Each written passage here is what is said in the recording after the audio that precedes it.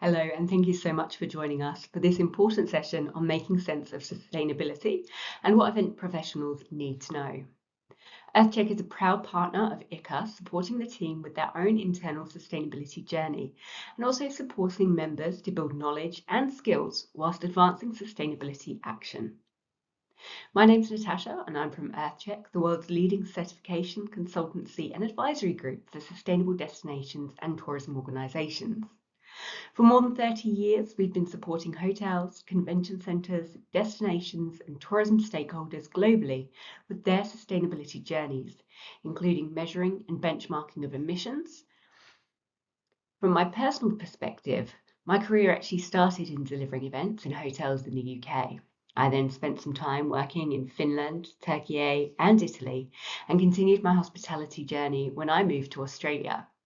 For the past 6 years, I've been working as the Principal Consultant of Destination Strategies and Insights with EarthCheck, supporting governments with strategic sustainability advice, supporting capacity building programs and research projects along the way. That's enough about me. We're here to deep dive into the topic, so let's get started. Across this session, we're going to deliver on a number of key areas. First and foremost, I want to start with what sustainability looks like and some key terminology that we use. For some of you, this will be terminology that you use every day. For some of you, it may be terminology that you hear sometimes but aren't quite sure what it means. Whether it's a refresh to you or something new, I hope you do pick up some key terminology as we set the foundation for the rest of today's sessions. Following on from that, we'll talk a little bit about greenwashing and the importance of having credibility and data underpinning all of the conversations that you have around your sustainability initiatives. Then we'll deep dive into some RFPs and what they're actually asking for. What are clients seeking in terms of sustainability initiatives from destinations and venues globally? From there, we'll look at what type of response we can have. And finally, I'll share some additional resources with you that may be of assistance on your sustainability journey. Now, we did run this live session with some ICCA members, and what we found out was sustainability for them was really centered around a balance, delivering responsible outcomes in the communities in which we work, supporting our local suppliers, creating social responsibility and maintaining social license to operate. We also looked at the environmental impacts and the environmental efforts towards a more sustainable future through actions like minimising waste, resource efficiency, energy, water, waste, low carbon. And finally, we also looked at how sustainability is a way to protect the world in the future, making sure that the places that we love to visit, the places that we love to play, all are here for us into the future, and that we have a lasting impact on the world, a lasting positive impact on the world in which we're living. Now, the official definition of sustainable tourism from the United Nations Tourism Organization is tourism that takes full account of its current and future economic, social and environmental impacts, addressing the needs of our visitors, the industry, the environment and the host communities. And host communities are becoming even more considered in terms of approach to sustainable tourism, particularly as we see pressures on local communities mounting from over-tourism peak loads, where communities no longer feel welcoming towards visitors. So it's about how we manage the impacts that we're having on our local community and deliver our roles as good stewards of our environment. Now, the diagram to the right-hand side screen is the National Framework for Sustainable Tourism here in Australia. I know that you're joining us from all parts of the world. However, this is a really nice structure that describes the key pillars associated with sustainable tourism. First of all, looking at that, taking a managed approach to sustainability.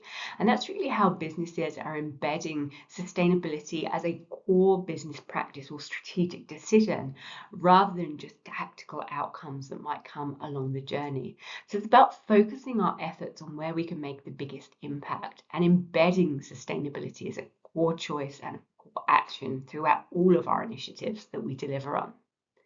The remainder of the pillars, you've got environmental and climate action, focusing on emissions reduction, risk management, and building resilience as we transition and adapt and mitigate due to our changing climatic conditions.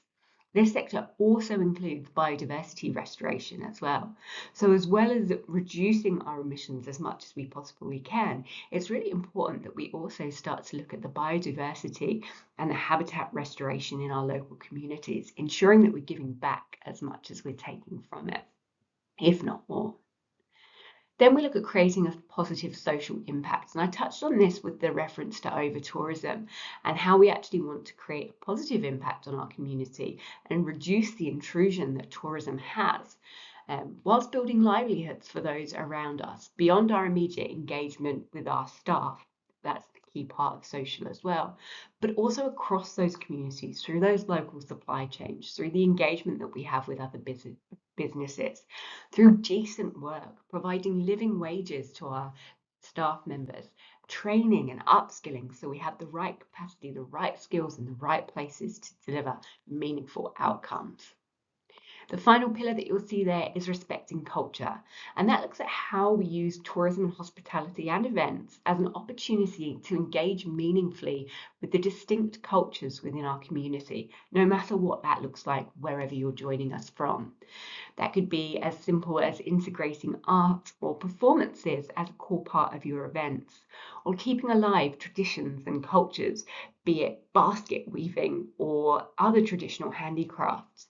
It's about how we can lift that culture into a core part of our experience without doing it in an exploitative way, but doing it in a way that gives us a sense of understanding of the communities that we're visiting and an authentic experience in that destination. Why does any of this matter? Well, let's start with consumers. The demand for accommodation to reduce their negative impacts is actually growing year on year. The Booking.com Sustainable Travel Report found that in 2024, 83% of global travellers said that travelling more sustainably is important to them. By 2025, that was 84% of global travellers. They've also found that 75% of global travellers expressed a desire to travel more sustainably over the coming 12 months, and 45% of travellers find an accommodation labelled as sustainable more appealing. Research from Expedia in 2022 highlighted that 7 in 10 have actively avoided destinations or accommodation because they perceive that the claims around sustainability are not true. We're going to come to some RFPs from large events and conferences shortly, but it's also coming from pressures from those large organisations as well. So we're starting to see a downward pressure from our partners and our stakeholders, which is really starting to engage sustainability initiatives. We're also seeing a shift in governance requirements. Global commitments are set for emissions reduction by 2050, with interim targets normally around 2030 to 2035, depending on whereabouts you're located. We all have a role to play in this reduction of emissions, both in our work and also in our home. We're also seeing the increase in mandatory reporting on climate disclosures in certain jurisdictions as well. And whilst you may not be caught directly in those reporting requirements, what you may find is some of those partners that you work with or some of those entities that are hosting events in your venue may actually have pressures to report. If that's the case, then as a core supplier of theirs, you'll be caught in their Scope 3 emissions, and they may be asking you questions about your own sustainability initiatives, as well as your efforts to reduce your energy, water, waste, and total greenhouse gas emissions. I'll come to more of that terminology shortly, though. We like to say that it makes good business sense. What's good for the business is good for the planet. Job roles can be simplified and money can be saved through effective, sustainable action. This is about understanding where the pressure points in your business are and working out ways that you can reduce those pressures. And of course, it seems like it's the right thing to do.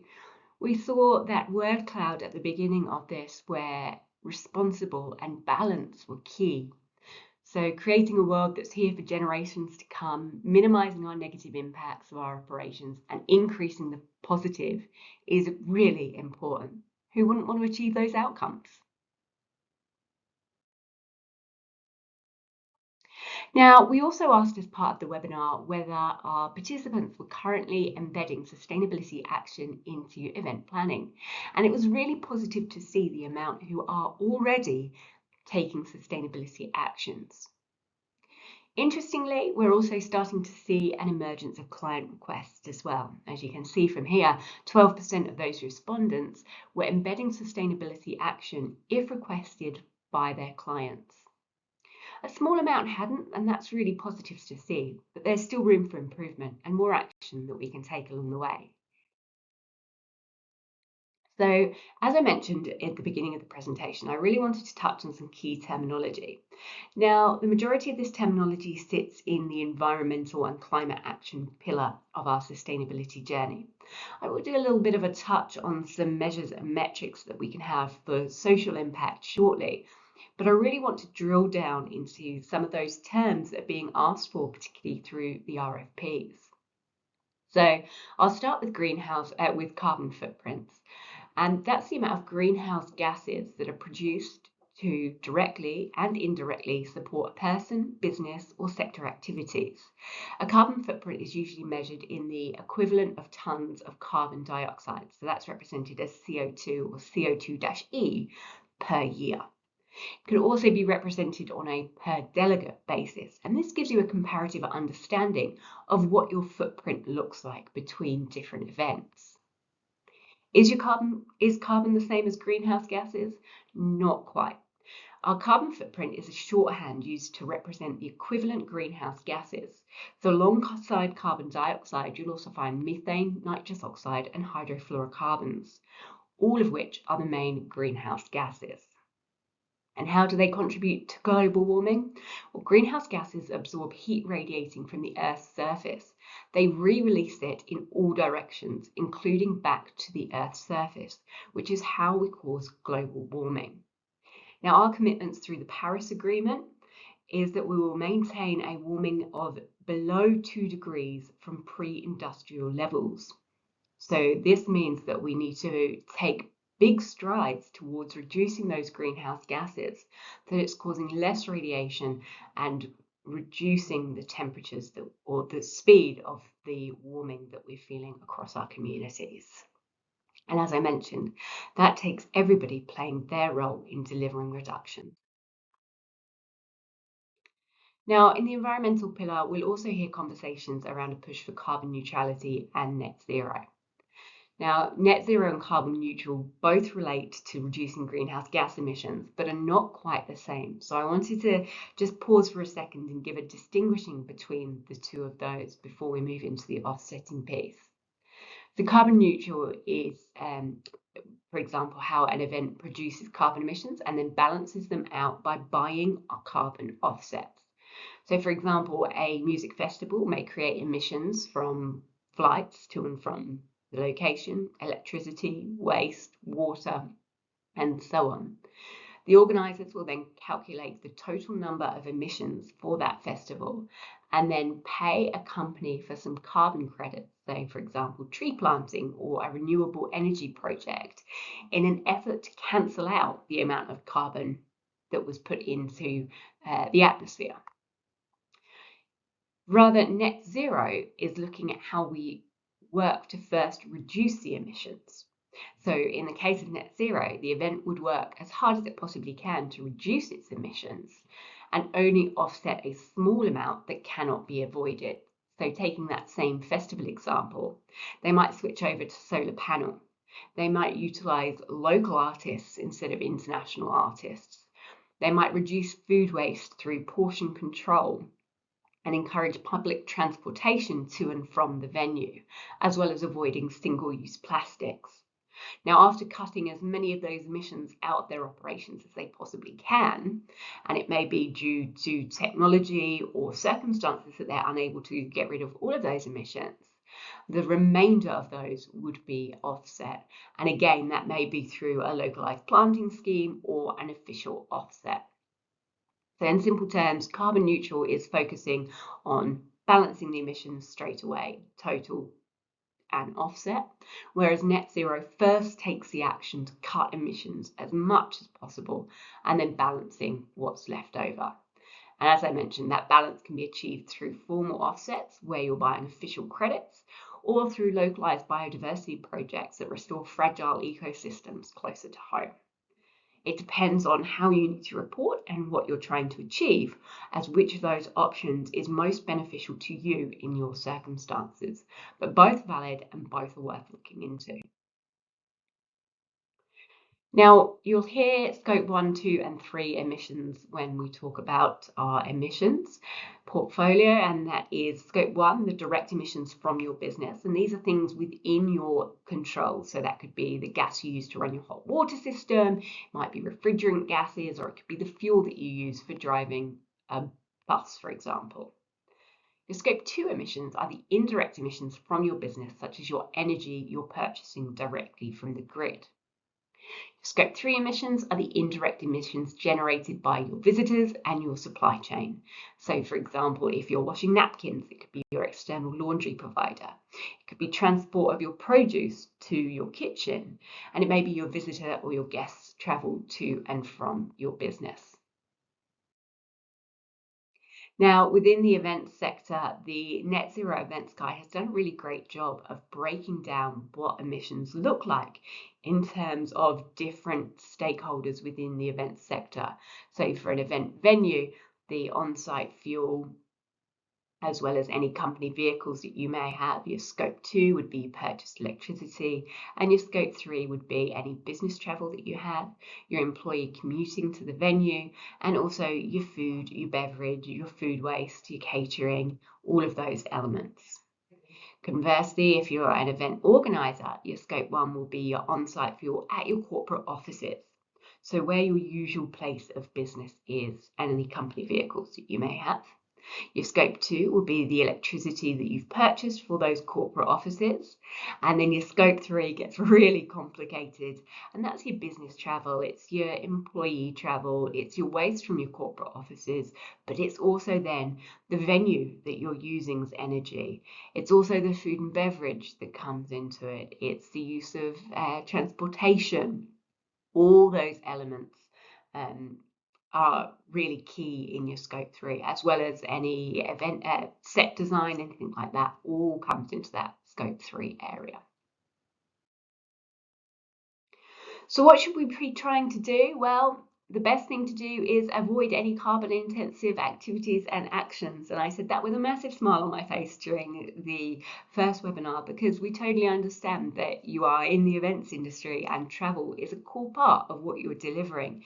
And a lot of the carbon intensive activities or actions aren't possible to avoid at this stage, given our locations and given the type and nature of our businesses. So where it's impossible to avoid, then the next best option is to try and reduce. So undertaking activities with improved efficiencies and reductions. So that could be, for example, favouring accommodation or venues that do have those certifications in place that are actively working towards the reduction of their own emissions. It might be partnering with active transportation opportunities and public transport within the destinations that you're working with. All these things are actually reducing the emissions of your event. The next might be to replace high carbon activities or sources with low carbon solutions. One of the great things about COVID was it really advanced our online presence and our ability to meet virtually.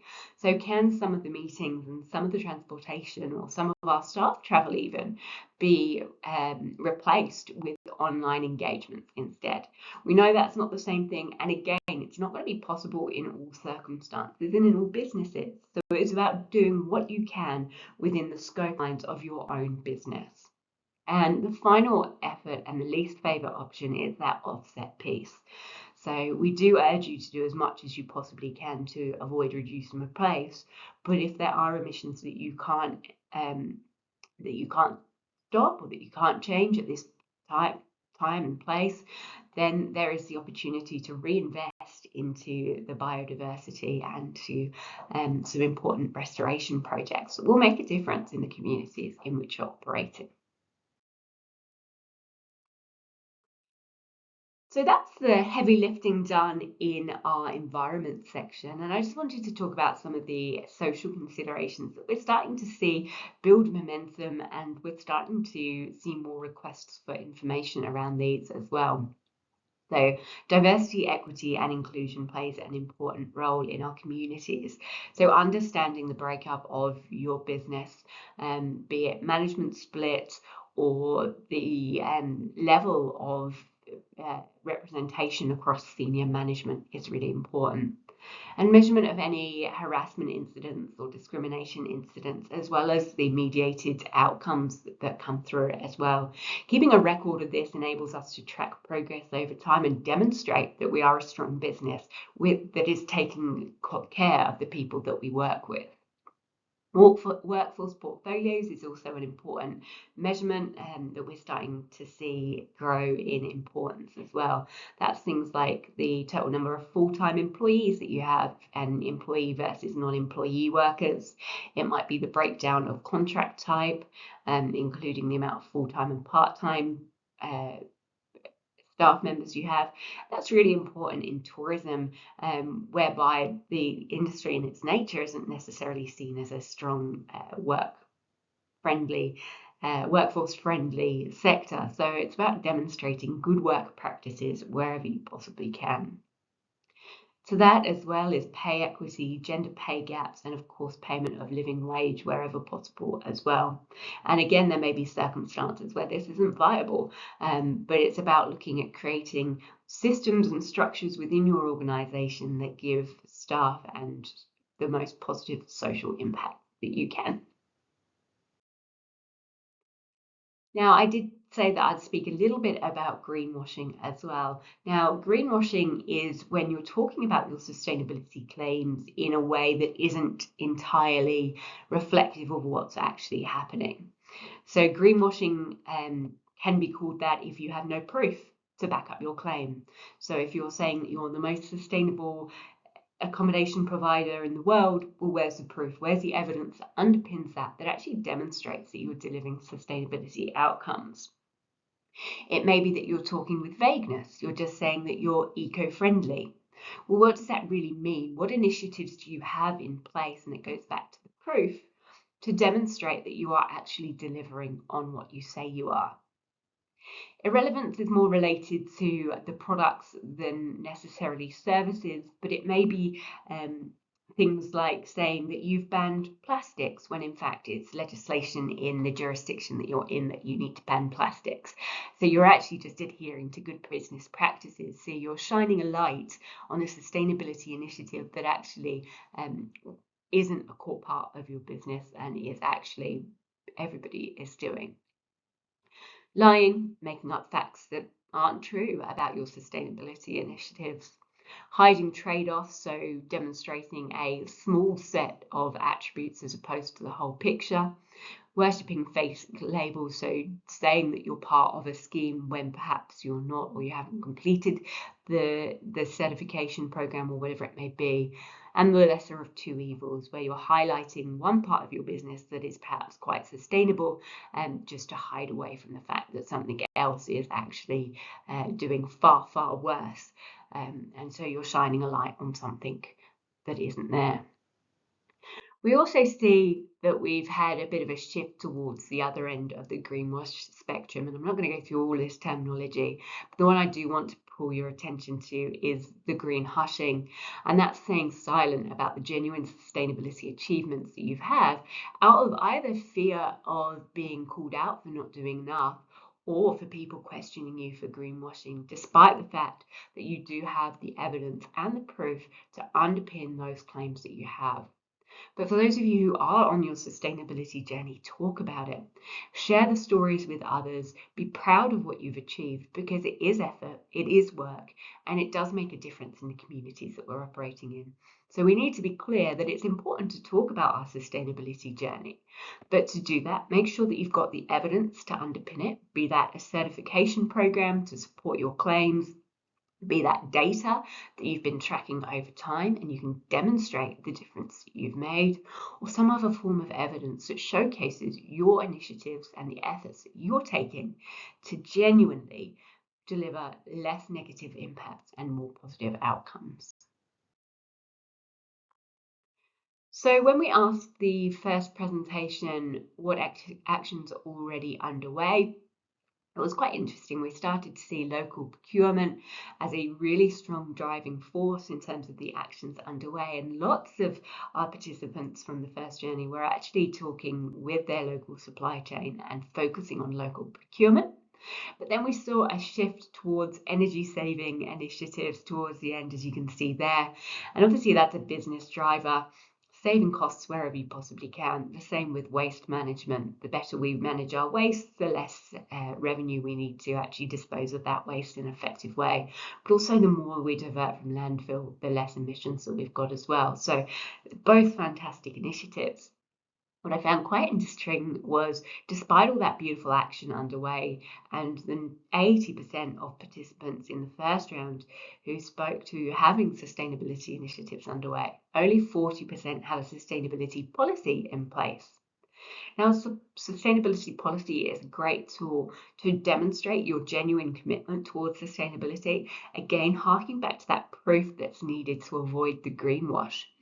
It sets out the scope and the approach that you're taking as a business towards your sustainability initiatives, and can act as a compass and a direction for where you want to head to and what initiatives you're prioritizing. So for those of you yet to put a sustainability policy in place, I do recommend that that's one of the first steps that you take following on from this. It doesn't have to be too complicated. A single page will be enough, but define what your scope is. Define your policy in terms of priorities around energy, water, waste, emissions reduction, social impact, anything that's important to your business, include it in that policy and use it. Share it with your team, share it with anyone who's delivering your experience so that you can actually have that collective sustainability voice. Now, diving into some of the questions that are being asked across RFPs, we see a diverse range of questions, in fact, that are being implemented and inputted into these. I'm going to start with ICCA's own RFPs that they put out for their Congress. And they talk about integrating sustainability and local benefits to the community and being able to demonstrate that. So in response to this RFP, what they're looking for is to see how sustainability is embedded as a core strategic part of your business. So do you have that policy in place? What actions are you meaningfully taking? And how does your business benefit your local community? Do you have procurement requirements around local supply? Are you focusing on fresh, seasonal, local produce? How are you embedding these initiatives in your core business? And how will they flow through into the event that you're about to host? It is also asking for a strong diversity, equity, and inclusion philosophy from those that they partner with as well. So again, being able to demonstrate that these are a priority for your business, both through your policy and through any standard operating procedures that you may have, and any key marketing pieces. Now, a great way of doing this is having information available in one collected place. That might be a portal on your website that talks to your sustainability initiatives, that hosts your policy and detailed action that you have underway. And you can pull out some of those key examples within your response requirement, but you can also link directly through to that broader depth of information that you have on your website. When it comes to their strategic goals and outcomes of events, ICCA is specifically asking for a sustainable outcome as a core part. They want their bid document to include and introduce the motivation of the local team and how it aligns with sustainability initiatives and what they intend to deliver to delegates. Now, this is where your storytelling comes into play, and for those CVBs and those who are working on these bids, identifying a collective sustainability journey end to end for those visitors or delegates will be really important. So understanding not just the venue sustainability initiatives, but also the broader destination ambitions and also the connectivity between it. Those accommodation providers, local restaurants, how does sustainability form a core part of your destination philosophy? Now, the examples on the right-hand side are from a separate RFP, and they're looking for really practical information about what you're doing in terms of your waste, your water, your energy. They're looking at what you're doing in terms of food management, disposal of food, and also how you're presenting that food as well. So having key processes actually documented that demonstrate what you're doing towards your waste, your water, and your energy will become really important in responding to some of these RFPs. And also having key information available within an action plan about what action you have taken, what action you're taking this year. Other RFPs are looking for how to demonstrate how the event will be as sustainable as possible, both in terms of venue, in terms of being in a sustainability program, certification, accreditation scheme, and of active policies in place. Now, the word active in this RFP is really interesting and it appears a few times. Sustainability isn't a set and forget. It's not something that you wrote 10 years ago and have just left sitting in the background somewhere. That policy needs to be reviewed and refreshed on an annual basis. Most certification schemes will ask that you do review your documentation annually. Has things changed? Has they evolved? Have your priorities or your focus areas changed? And that might be because your data is telling you something else. It may be that there was a major disaster situation in your community and you've had to pivot your approach to something else. But either way, those documents need to be active and demonstrating continual improvement. For this one, they also focused again on that broader destination story and how connected sustainability experiences are. Looking for robust public transportation networks that reduce our emissions whilst we're in destination. Walkable accommodation that we can get to and from the selected venue for convenience and to reduce the need for additional transportation and to reduce the emissions of our delegates when they're in region. And looking for a shared commitment of environmental responsibility. Partners who will assist in incorporating innovation and environmental improvements to seamlessly deliver the event. So this again is demonstrating that sustainability needs to be a core part of the venue and the organisation, enabled to deliver and meet the needs of these clients.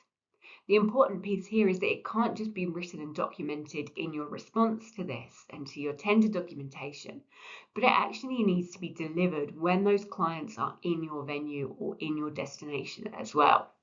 That means that your staff need to be trained in sustainability initiatives, that they need to be demonstrating that they care about the energy use, the water use, the waste management processes, that there aren't plastic water bottles popped on tables, that there aren't individually wrapped Mentos sitting on tables or lollies sitting in tables, but that actually the sustainability initiatives trickle through every aspect of event delivery.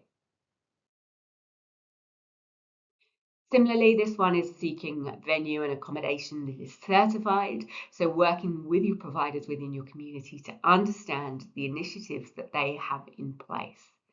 And here again, we talk to you the minimisation of single-use plastics and making sure that we're delivering that on the day and that there's not accidentally pieces put out, because that's what we normally do.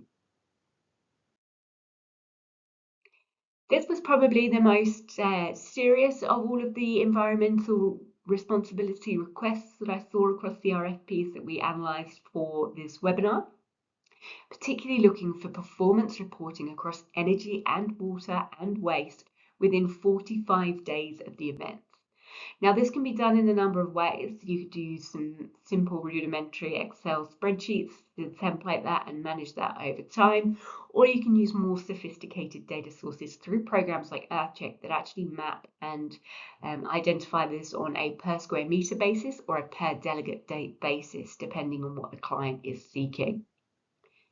They want to know whether you offset electricity emissions from the venue.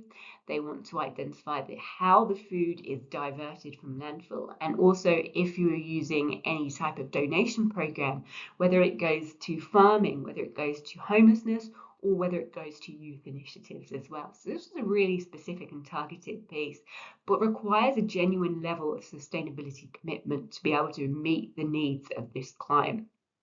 So getting those strategies in place sooner rather than later is important, as we're going to see an increasing number of requests come in like this, particularly as we see the increase in mandatory climate reporting. So what do we need to deliver on all this? Well, as I mentioned, step one, that sustainability policy in place first of all. That will give you the direction. It will demonstrate that you've got the active commitment, active strategic commitment towards sustainability initiatives, and that you can then use it to deliver the outcomes that you're looking for. It should be updated on an annual basis. You don't have to call it a policy. It could be a sustainability commitment. It could be a sustainability compass. It could be a sustainability vision, whatever works within your entity. Next up, measurement. You can't manage what you don't measure. So let's look at energy, let's look at water, let's look at waste, let's look at our social impact, let's look at the diversity and the inclusion that we have within our businesses. Now, I haven't mentioned risk assessment prior to now, but that does become a core part of building a resilient business as well. So having a risk assessment in place that helps your business to understand the climate change transition that's required and the risks that it brings to your business, and also to your guests and to your delegates as well. Looking at an action plan for those key performance areas and your priorities that you identify within your policy, and a communication plan of how you're going to ensure that your internal team are aware of and able to deliver against your sustainability policy, but also how you're sharing that with your delegates, your guests, and also any business to business customers that you have as well along the way. Now, I did pause here for the opportunity for questions in our live webinars, and I know that you can't answer any questions. Don't worry, my email address is coming up shortly. So if you do have more questions, feel free to reach out and ask whatever they may be. But one of the questions that we did have in an earlier webinar was about associations or congresses and what they can do now that isn't so costly as a first step, and to kind of create that balance between starting on our sustainability journey and investing hundreds of thousands. So I'd say the first steps are first to develop your policy or your sustainability commitment that's going to enable you to solidify your positioning and embed sustainability as a core priority for your organization. That will guide your outcomes and your actions, and then will help you with the rest of your decision making. Your next step would be to get your own house in order. No matter the size of your office, whether it's one person at home or 50 more people in a larger office, consider what you're doing within your own environment and within your own direct business. That's in terms of energy, water, waste, but also social and cultural impacts as well. Are you doing everything that you can possibly do to reduce your own impact and to create positive social impact? That's things like turning out the lights at night time, ensuring that computer monitors are always switched off, only turning your dishwasher on when it's full, training your staff in sustainability so they know and understand what's important to you. All of those pieces create the foundation to what you're trying to achieve. But arguably where you'll make the biggest difference is putting downward pressure on your supply chain. You've got purchasing power, so use it to your advantage. Are you asking your venues about sustainability options, considering sustainability in any event builds, from the signage, the materials that you're using for signage and booth, to your AV and lighting? Ask questions about what can be done differently and what can be done better. It may be at this time that there isn't an alternative and you are using the best means available, or that the partners that you're working with are really committed to sustainability and doing fantastic things already. Or it may be that through this process you identify that some of the suppliers that you're working with don't necessarily share the same ambition as you, and therefore you may wish to explore the market further and see if you can find some who are better values aligned. Develop yourself a sustainable event management system for your own event. Consider the impact of all your decisions. through that lens. And that's looking at the menu that you're sourcing. Is it seasonal? Is it locally sourced? Is it 60 to 80% vegetarian? Have you considered local performances rather than flying in talent? That builds an authenticity and a sense of place, but it also reduces your carbon emissions as well. And having that sustainable event management system in place will enable you to cross-check those decisions in your action plan to ensure that you're doing all you can to reduce or replace where possible. On the whole, most of those decisions are low or no cost, with the exception of some things like your event builds, but they will start to make a difference on your emissions reduction. If you're a venue, you do have more control over a lot of the emissions through the events program. So things like putting in low flow restricted taps, looking at your lighting systems, whether you've replaced to LED. Not all these actions have to take immediate action, but if you do have a schedule for maintenance, are you factoring in more environmentally responsible options as part of that maintenance process? So swapping out your lights for LEDs over time as they blow, or shifting when you need to change or upgrade your bathrooms, doing so with a lens of sustainability in mind.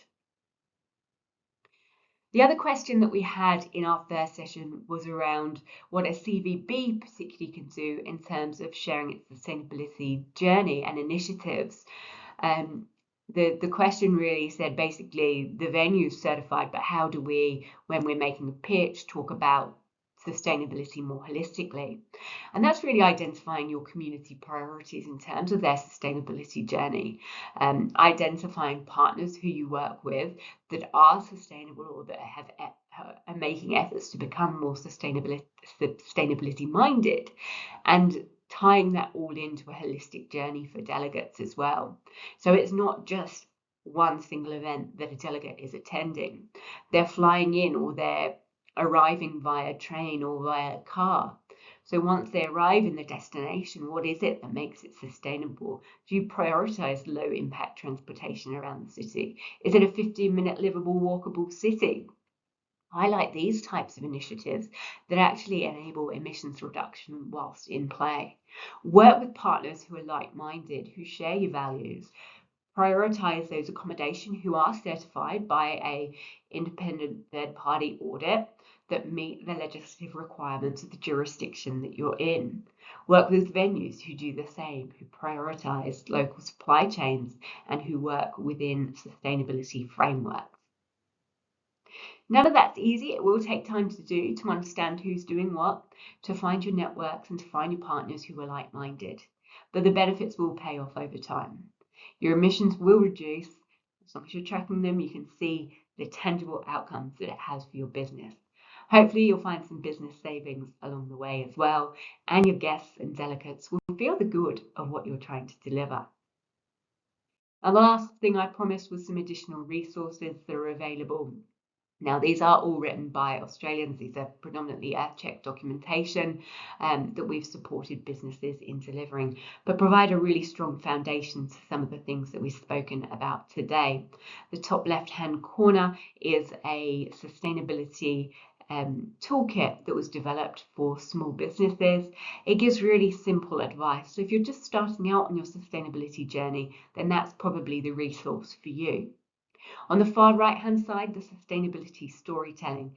That's a great guide to how you can share your sustainability story with authenticity and transparency, to say on the right side of the greenwashing legislations. The Don't Risk It, the guide at the top is all about risk management. So if you don't have a risk management plan in place, that's a great starting point to help you out.